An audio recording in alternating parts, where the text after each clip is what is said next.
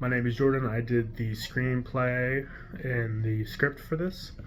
My name is Jaden Halber. I did mainly the editing, the filming, and special effects for our video. During the Cold War, there were two sides testing nuclear bombs, the United States and the Soviet Union. The current politicians at the time are President John F. Kennedy and the Russian President Nikita Khrushchev. At the time, there was a lot of fighting going on, but not the conventional fighting you would normally expect. It was a nuclear arms war that both sides were fighting a lot in. The United States was built and blowing up nukes left and right. So was the USSR. Then there was nuclear testing ban. All was well. Then a U.S. spy plane was shot down over USSR territory. President Khrushchev was livid. He revoked the nuclear testing ban and started building the Tsar Bomba, aka Big Evil. What do you know about Tsar Bomba or Big Evil, if you know anything? Don't know very much. I know that apparently it was one of the largest bombs ever set off or ever created, and it was Russian. And I guess they had to make some changes to it before they totally let it off because they were worried about how big it was going to be. Something of that nature. It was a 3-stage hydrogen thermonuclear bomb that had a 100 megaton capacity. After it was completed on a very short and tight timeline due to the president's wanting of the bomb being done quickly, it got cut down to 50 megatons because of public backlash. On October 30th of 1961, at 11:32 Moscow time, it was dropped.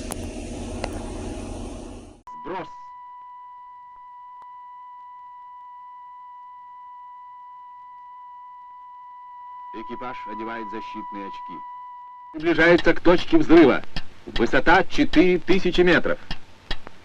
Осталось 3 секунды. 2, 1, 0. Взрыв сопровождался световой вспышкой необычной силы. В этот момент самолет-носитель находился в 40 и последующие свечения, несмотря на сплошную облачность, были видны в радиусе до... Полевой столб, поднимающийся с земли, быстро увеличился в объеме. Через несколько секунд после взрыва диаметр полевого столба составлял около 10 километров. Увеличиваясь в размерах, облако медленно поднималось вверх. В своем конечном развитии оно достигло высоты 60-65 километров.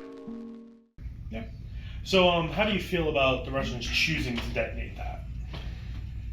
So anytime you let off a nuclear bomb or weapon, it feels like you're just putting the world on notice and letting everybody know, like, hey, we got this. It's kind of what you do with any big type of weapon system.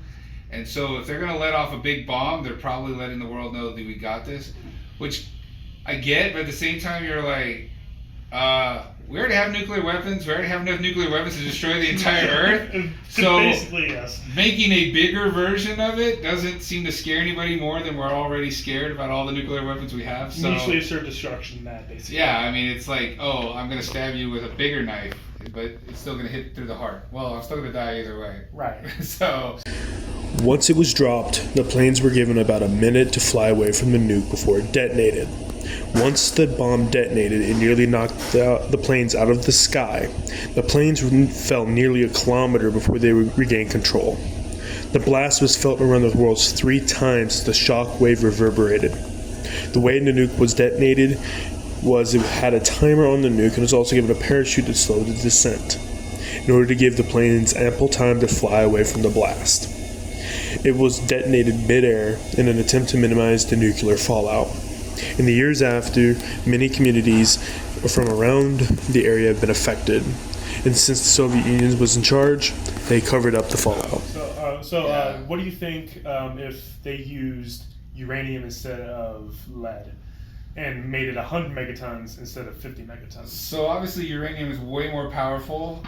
You would, as you mentioned, with the megaton size of it.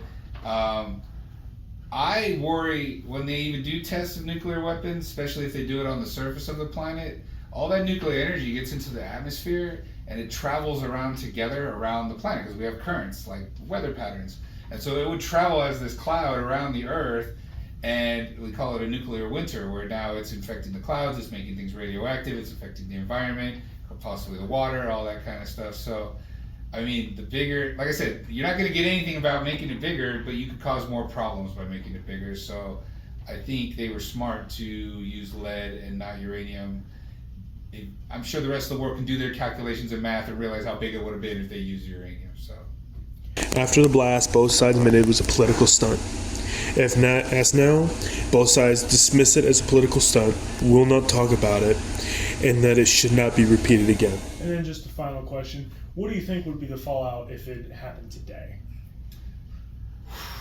today's political climate, everybody is on edge right now. And when I say everybody, I mean countries. Countries are on edge right now. The whole thing that climate change is doing is that it basically is making resources scarce. Water, food, all that good stuff that we depend on all the time. So when you say I've got a bigger bomb and I can use that, now people are feeling like you're coming after them. And I think that'll make a lot more countries tense. I think we already got a lot of tense countries right now.